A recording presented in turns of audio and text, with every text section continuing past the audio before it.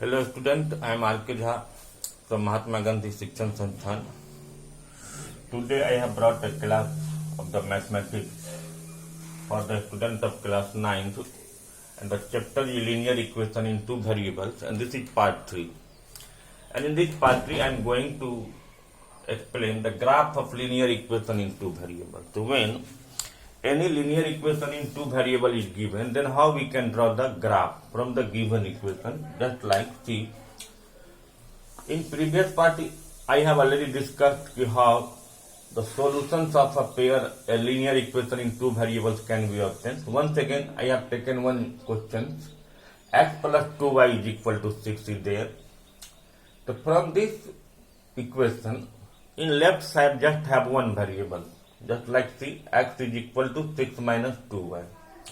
And from this information I have find the different solutions. Just I have taken the value of y as 2, then x after solving will be 2. When the value of y is 3, then x will be 0. When the value of y is 1, then x will be 4. And after having these solutions, it means from the given equations I have find three solutions. One coordinate is 2, 2, just I have plotted 2, 2. Other is 0, 3, this is 0, 3, and this is 4, 1. And I have joined all these 3 points, and after joining the points, I have obtained a line. So this line is the graph of this equation x plus 2y is equal to 6.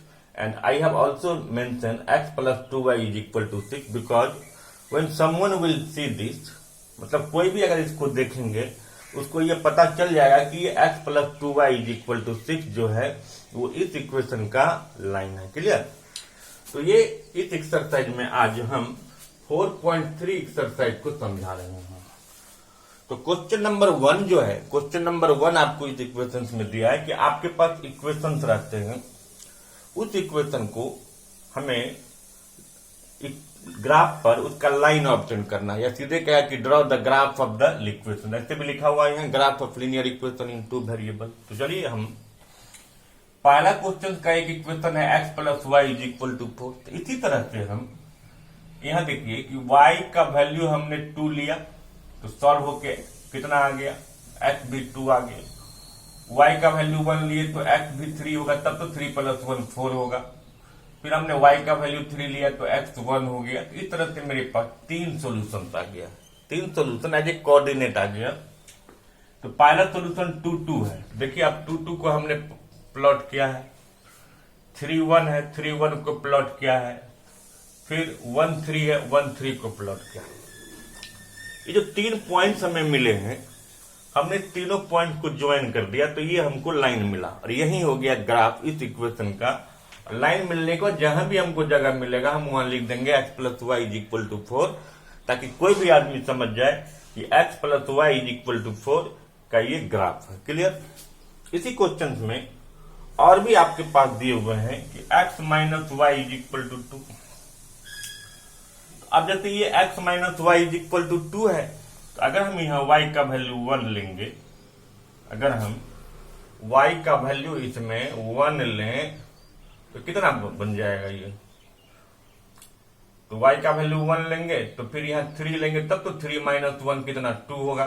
y का value 2 लेंगे और x का value 4 लेंगे तो 4 minus 2 2 होगा. x का value 5 लेंगे, y का वैल्यू 3 लेंगे, तब 5 माइनस 3 2 हो गया. इस तरह से x minus y is equal to 2 का हमने पहले डिफरेंट सोल्यूशन निकाला टेबल में. टेबल में जो डिफरेंट सोल्यूशन है वो हर एक सोल्यूशन अपने आप में कोऑर्डिनेट है, यानी एक कोऑर्डिनेट 3 1 हो गया, 4 2 हो गया, 5 3 हो गया. अब इस तीनों कोऑर्डिनेट को हम 1 बाय 1 क्या करेंगे, प्लॉट कर देंगे. ठीक है? प्लॉट कर फिर से हमको लाइन मिलेगा तो वहीं उस इक्वेशन का यानी x minus y is equal to 2 का ग्राफ बन जाएगा. सिमिलरली एक और देखते हैं, y is equal to 3x दिया है, फिर हमने x का वैल्यू 1 लिया तो y कितना मिलेगा 3. अगर हम x का वैल्यू 0 लिए तो y भी 0 हो गया, x का वैल्यू 2 लिए तो ये y कितना 6 आ गया. तो फिर ये इसको भी हम क्या करेंगे, सिमिलरली उसी तरह से प्लॉट कर देंगे. प्लॉट करने के बाद जो है फिर ये हमको लाइन मिलेगा. फिर एक और इक्वेशन दिया है 3 is equal to 2x plus y. अगर 3 is equal to 2x plus y है तो y क्या हो जाएगा 3 माइनस 2x. इसका भी हमने 1 1 x और y कितना 1 1 आ जाएगा।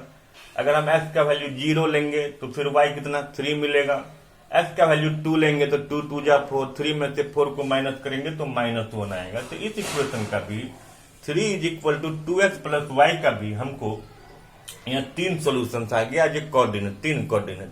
अब तीनों कोऑर्डिनेट को हम फिर क्या करेंगे, इस ग्राफ पर प्लॉट कर देंगे, फिर तीनों पॉइंट को ज्वाइन कर देंगे, फिर एक लाइन बनेगा। तो वही 3 = 2x + y का एक ग्राफ हो जाएगा। क्लियर। उसी तरह से एक क्वेश्चन नंबर 5 दिया है, क्योंकि एक सिमिलर क्वेश्चन को मैं आगे पीछे आपको समझा रहा हूं कि क्वेश्चन नंबर 5 है। तो क्वेश्चन नंबर 5 में इसी तरह से इक्वेशन दिए हुए हैं और ग्राफ दिया हुआ है। तो पहले और कह रहा है कि गिवन इक्वेशन का कौन सा लाइन है, ये हमको शो करना है।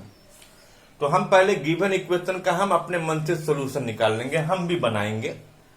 और जब आप बनाएंगे तो आपका ग्राफ और जो उस क्वेश्चन पे जो ग्राफ दिया हुआ जो मैच कर जाएगा, इट मीन्स उस गिवन इक्वेशन का वो ग्राफ है। अगर मैच नहीं कर रहा है तो इसका मतलब कि वो गिवन इक्वेशन का ग्राफ नहीं है। क्लियर। तो इस तरह से आप क्वेश्चन नंबर 1 और क्वेश्चन नंबर 5 बना सकते हैं। ठीक है। फिर आते हैं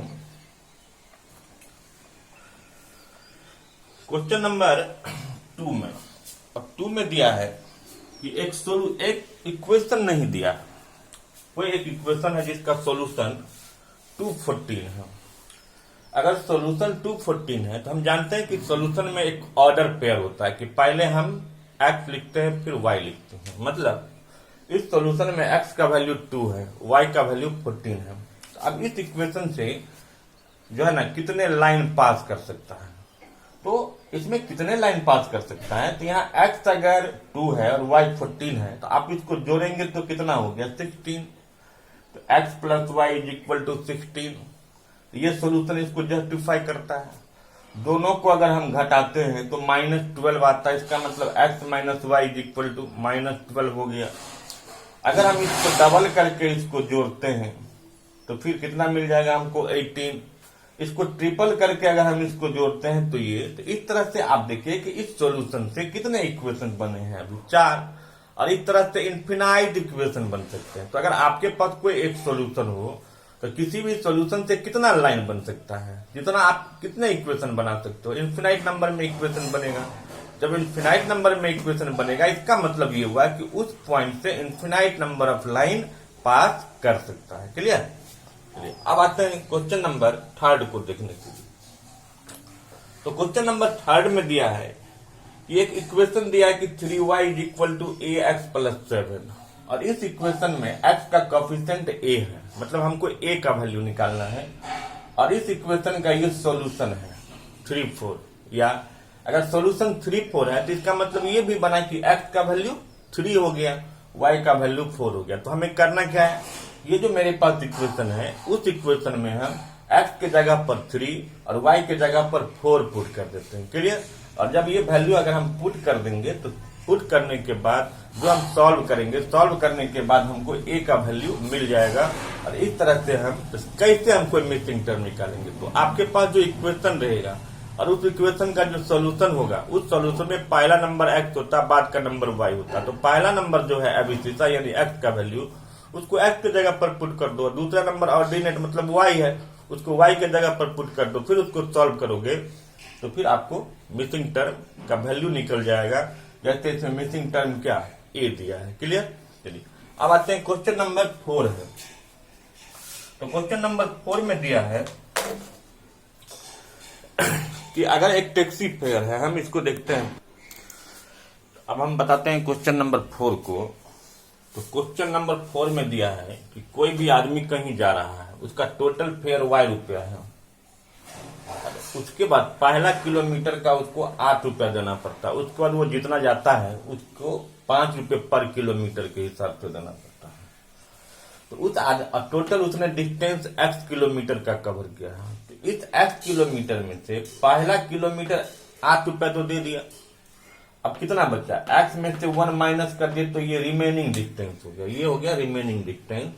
और रिमेनिंग डिस्टेंस को हम ₹5 पर किलोमीटर के हिसाब से देते हैं, क्योंकि पहला किलोमीटर का हमने 8 दे दिया है। तो टोटल फेयर क्या होगा, पहला किलोमीटर का बाकी जितना बचा, बाकी x माइनस 1 बचा, उसको हमने 5 से इंटू किया, तो इसीलिए 8 प्लस 5x माइनस 5, और 8 में से 5 को माइनस कर दिए तो 3, यानी ये 5x प्लस 3, और टोटल फिर y दिया है, तो y is equal to 5x plus 3, तो 5x minus y plus 3 is equal to 0 हो गया, तो 5x minus y is equal to -3। और अभी हम लोग क्वेश्चन नंबर 1 में 2 में ये समझ चुके हैं कि अगर आपके पास कोई इक्वेशन दिया हो तो हम उसका कैसे सोल्यूशन निकालते हैं। तो अब तो सिंपली अब आपको उसको ड्रॉ करो, इसका टेबल बना के सोल्यूशन निकाल लीजिए, उस सोल्यूशन के कोऑर्डिनेट को फिर ग्राफ में प्लॉट करके फिर आप बना दो तो क्वेश्चन बन जाएगा। ठीक है, अब 7 नंबर क्वेश्चन है, तो उसमें दिया है कि यामिनी और फातिमा किसी भी फंड में कंट्रीब्यूट करती है, दोनों मिला के 100 रुपीज कंट्रीब्यूट करती है। तो जहां पर हमने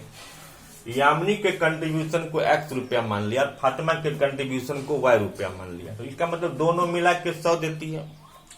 तो अगर x का वैल्यू 80 होगा, यानी यामिनी अगर 80 रुपया दी तो फातिमा 20 रुपया देगी, ये 70 देगी, तो ये 30, ये 60, तो कुछ भी आप मान सकते हो। इस तरह से हमको इसका सोल्यूशन मिल गया, और हमने वहां पर क्या किया, एक ग्राफ बनाया है। एक कोऑर्डिनेट 80-20 है, आप देखो 80-20 को हमने प्लॉट किया है, फिर 70-30 को प्लॉट किया है, फिर हम 60 और 40 को प्लॉट किया है, तीनों पॉइंट को मिला दिए तो x plus y is equal to कितना 100 आ गया। क्लियर। अब है क्वेश्चन नंबर 8। ये क्वेश्चन नंबर 8 बहुत इंपॉर्टेंट क्वेश्चन है, ये टेम्परेचर बेस्ड क्वेश्चन है। इसमें दिया है कि जैसे बहुत ऐसे कंट्री हैं, जैसे आपको यूएसए है, यूनाइटेड स्टेट्स ऑफ अमेरिका है, उसका फिर कनाडा है, इस यहाँ जो है टेम्परेचर को फारेनहाइट में बताता है, जबकि अपने इंडिया में जनरली हम लोग सेल्सियस में ज्यादा रिफर करते हैं।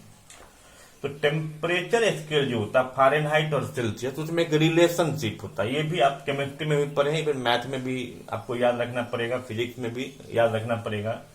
रिलेशन एफ और सी में क्या होता है, तो F is equal to 9c/5 या 9/5c प्लस 32 होता है। ठीक है, आपका क्वेश्चन कह रहा है कि सेल्सियस को आप x डिग्री मान लो, x पर प्लॉट करना है, और फारेनहाइट को y पर प्लॉट करना है। तो हमने अब देखो c को हमने कितना लिया 20, मतलब x को हमने 20 लिया, इसको सॉल्व किया तो y कितना 68 मिल गया। फिर हमने c को 40 लिया, सॉल्व किया 104 आ गया। फिर हमने c को 10 लिया तो सॉल्व किया तो 50 आ गया। अब ये मेरे पास कोऑर्डिनेट बन गया 20, 68, 40, 104, 10 और 50। तो सबसे बड़ी बात क्या है, किसी क्वेश्चन में क्या करना है, अगर पॉइंट बहुत बड़ा बड़ा आ रहा है तो कोई जरूरी नहीं है कि आप 1, 2, 3, 4, 5 करो। अब बहुत बड़ा बड़ा नंबर, जैसे हमने यहाँ भी क्या किया, सीधा 10, 20, 30 कर ले लिया, 1, 2, 3 नहीं लिखे, 10, 20, 30, 40, 50 एक्स एक्सिस पर भी लिख दिया, वाई एक्सिस पर भी लिख दिया। ऐसे भी आपको कह रहा है कि एक्स एक्सिस मतलब ये सेल्सियस को रिफर करता है और ये फारेनहाइट को रिफर करता है। तो हमने जो यहाँ सोल्यूशन बनाया उसमें x कितना है 20, तो ये 68 हो गया। फिर x कितना है 40, तो उसका कितना है 104 हो गया। फिर ये 10 है तो ये 50 हो गया। ये तीनों पॉइंट है, इस तीनों पॉइंट्स को मैंने जोड़ दिया तो ये इसका एक लाइन बन गया, इस इक्वेशन का एक लाइन बन गया। अब दूसरा क्वेश्चन कह रहा है, कैलकुलेशन क्वेश्चन है कि अगर सेल्सियस 30 डिग्री सेल्सियस हो, टेम्परेचर अगर 30 डिग्री सेल्सियस हो तो उसको फारेनहाइट में क्या होगा। तो फार्मूला क्या होता है, F is equal to 9/5c plus 32। c के जगह पर मैंने 30 दिया, 5 से 30 को कैंसिल किया, 6 हो गया, 6 को 9 से मल्टीप्लाई किया, 54 हो गया, 54 में 32 जोड़ दिए, 86 आ गया। इसका मतलब 36 डिग्री सेल्सियस जो होता है वो 86 डिग्री फारेनहाइट के बराबर होता है। क्लियर। फिर कह रहा है कि अगर F 95 है, यानी फारेनहाइट अगर 95 डिग्री फारेनहाइट है तो 95 डिग्री फारेनहाइट को सेल्सियस में कन्वर्ट करेंगे तो कितना होगा।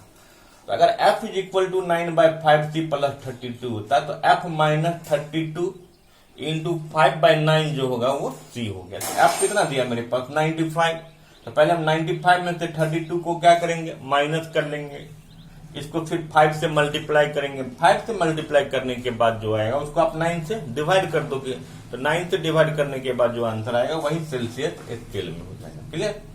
फिर कह रहा है कि अगर 0 डिग्री फारेनहाइट रखें तो 0 डिग्री फारेनहाइट में सेल्सियस कितना होगा, 0 डिग्री सेल्सियस में फारेनहाइट कितना होगा। तो आप देखिए फार्मूला हमने यूज किया है, c के जगह पर 0 ले लिए, इसको सॉल्व कर दीजिए। और हम फिर 0 डिग्री सेल्सियस है तो फिर सी के जगह पर 0 लेके हम फिर सॉल्व करेंगे। तो इस तरह से, क्योंकि फॉर्मूला यही है कि F is equal to 9/5C plus 32 और 0 डिग्री फ़ारेनहाइट को सेल्सियस में चेंज करना है। तो आप F के जगह पर 0 लेके सॉल्व करो, सी का वैल्यू आ जाएगा। फिर 0 डिग्री सेल्सियस को कर आप फ़ारेनहाइट में चेंज करना है तो सी के जगह पर 0 लेके फिर सॉल्व कर दो तो फ़ारेनहाइट आ जाएगा। ठीक है, एक क्वेश्चन और है और ये बहुत इंपॉर्टेंट क्वेश्चन है, इसे याद भी रखना है। हम देख रहे हैं कि जैसे हम कन्वर्ट करते हैं एक टेम्परेचर से दूसरे टेम्परेचर में, तो फ़ारेनहाइट का मैग्नीट्यूड ज्यादा होता है, सेल्सियस का कम होता है। फिर भी कि फ़ारेनहाइट और सेल्सियस में कोई ऐसा मैग्नीट्यूड है जिस मैग्नीट्यूड पर टेम्परेचर स्केल डिग्री सेल्सियस में और फ़ारेनहाइट स्केल में सेम होता है। तो हम को क्वेश्चन कर रहा है कि ये दोनों सेम रखना है। इक्वेशन क्या है दोनों फ़ारेनहाइट और सेल्सियस में? F is equal to 9/5C plus 32 मैंने लिखा है। पहले हम 32 को क्या किया था, ट्रांसपोज कर दिया। देखिए F माइनस 32 हो गया इज इक्वल टू 9C। अब बाई जो 5 था इसको मल्टीप्लाई कर दिया। तो अगर हम इसको F is equal to C है तो जहां F था उसके जगह पर -C कर दिया, फिर इसको सॉल्व किया तो C कितना आ गया, -40 डिग्री।